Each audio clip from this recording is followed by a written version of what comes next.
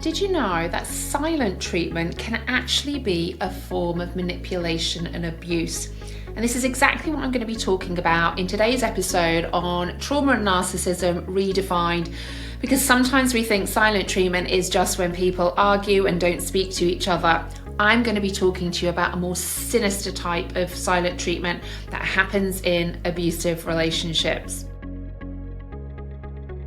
Hi everybody, my name is Caroline Strawson and I'm a narcissistic abuse expert and a trauma geek. I've literally retrained, having experienced my own trauma, so that I can come on podcasts and talk and educate and inspire you and know that there is a light at the end of the tunnel.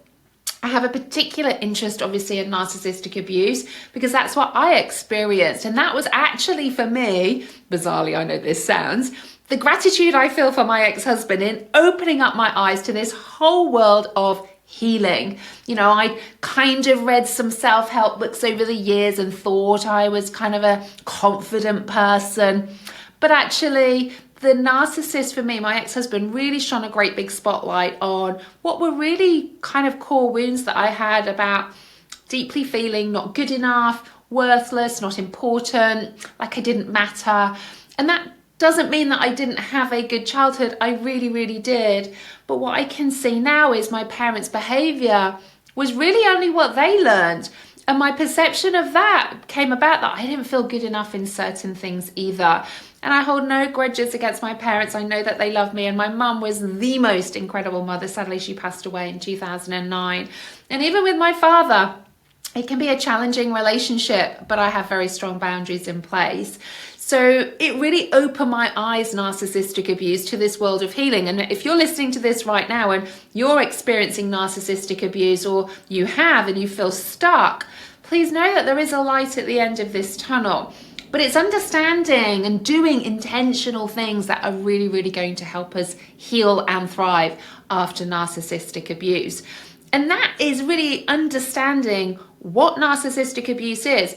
And in fact, I remember speaking at an event a while ago, and it was around domestic abuse. And obviously I was there talking about narcissistic abuse, which is a form of domestic abuse, by the way. You know, we may not call it narcissistic abuse in the courts, but it is domestic abuse. I mean, let's not mince our words in any of that. It absolutely is.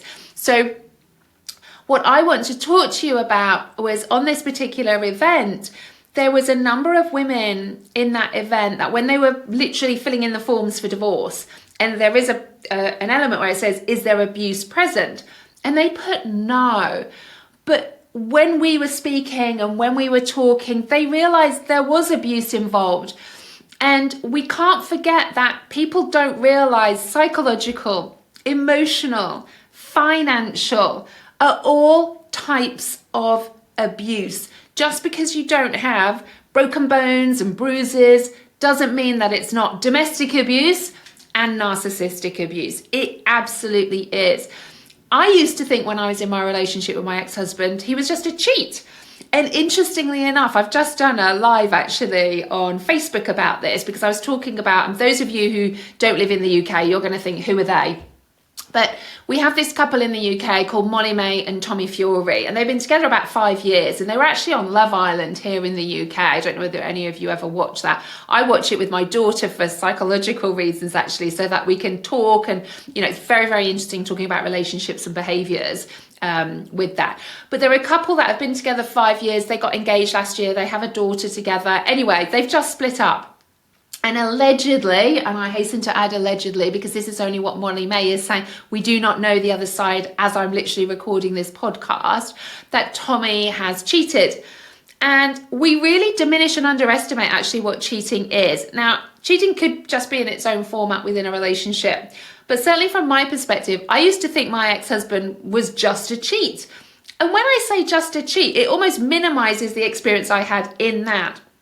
But what I realized was, when I really look back at my relationship, cheating was just one of the forms of manipulation and abuse that were perpetrated within my relationship. And it is a form of betrayal trauma. So The reason why I'm bringing up Molly May and Tommy is because they're so in the public eye. We never know what goes on behind closed doors for a start. We don't know anything other than Molly May has made a statement that there is cheating involved. He hasn't replied, like I say, as we speak. So this is all alleged that is out there. And sometimes we think cheating is just that within a relationship. It's only when we start to dissect and look at things and start to realize other types of behaviors that are there. Because let me tell you, this is the reason why I'm doing this podcast today, talking about silent treatment. Again, we would naturally assume if you have an argument with somebody, of course there might be a bit of silent treatment. You know, you might ignore each other for a bit of time. You know what it's like. I don't want to speak to you and you go off in a half and etc. Silent treatment from an abuser is used as a tool of further manipulation and control. You know, what I'm talking about when I talk about silent treatment is where it's pervasive, it's consistent, and it happens often. You know, we can all have a huff in the moment, but we kind of come back and we're okay. What I'm talking about with a narcissist is them using it as a tool for control. So they will not speak to you for a period of time to punish you. So it's very different from in a healthy relationship where you might not just speak to each other for an hour or a couple of hours. Narcissists will use silent treatment to perpetuate an ongoing form of control and use it as a tool to exert their sense of power over you. Now, when you are at the other end of the receiving of silent treatment from a narcissist, very often you're going to be trying to do everything possible to make this situation better, because that's why you're in a relationship with a narcissist, because you have, again, those deep feelings of worthlessness and not being good enough and like you don't matter. So when someone doesn't speak to you for a prolonged period of time, very often over a period of time, you're going to start to see it as a reflection of you and question yourself. Yes, you might get annoyed in the moment. Oh, they're not speaking to me again. But it becomes a method of control, and it can leave your nervous system feeling extremely activated and a form of abandonment and rejection, which of course, if we're in these narcissistic relationships, we will have those core wounds like that too. So there is a difference between silent treatment, just for I'm not speaking to them, and silent treatment with an abuser where it's over a period of time, it's consistently used as a form of manipulation and power and control. And it's not like if you've just had an argument. And when I realized this, it was like all these light bulb moments, because again, I just thought, well, if he doesn't speak to me or doesn't answer the phone or doesn't do anything, then that must be me. But it isn't you. And I want you to know that absolutely silent treatment is a form of abuse. And the same goes for when we start to flip in no response is a response. Interesting, I put another post on Facebook the other day about, you know, just remembering really no response is still a response. And I had somebody go back and forth with me about non-conflict resolution and how we need to communicate. And I tried to make her see that you can't communicate with someone who is just wanting to win and exert power and control over you. And sadly, she wouldn't have it insofar as she kept saying, no, you need to keep trying. You need to use this form of communication, non-conflict and that. And, you know, then they will start to see. And that is when people gaslight other people who are obviously survivors of narcissistic abuse, because you can't communicate effectively and healthily with somebody who is not there to communicate effectively and healthily with you. They're there to win. They're there to exert their power, to feel better than you. Because again, narcissists will also have deep sense of worthlessness wounds too. So when I say things like no response is still a response, that comes down the line when you're in communication with a narcissist and they're trying to hook you in again. They're trying to draw you in into a back and forth to exert their power again, and you don't respond. That not responding in those moments is a powerful response in an abusive relationship. So I wanted to do a podcast just to clarify both of these. The silent treatment and no response is still a response, because they're different dynamics at different times in the relationship, and they come from different intentions. The intention, if I was doing no response is a response, is coming from a place of protecting my own mental health and well-being with an abuser. Being at the other end of the silent treatment in this is about the abuser trying to exert power and control over me and the manipulation. And they're very two different things. Don't get them muddled up, because I think sometimes we think we're as bad as the narcissist then, or, well, I've done that. It's a very different, and it's a complex, nuanced element to think about.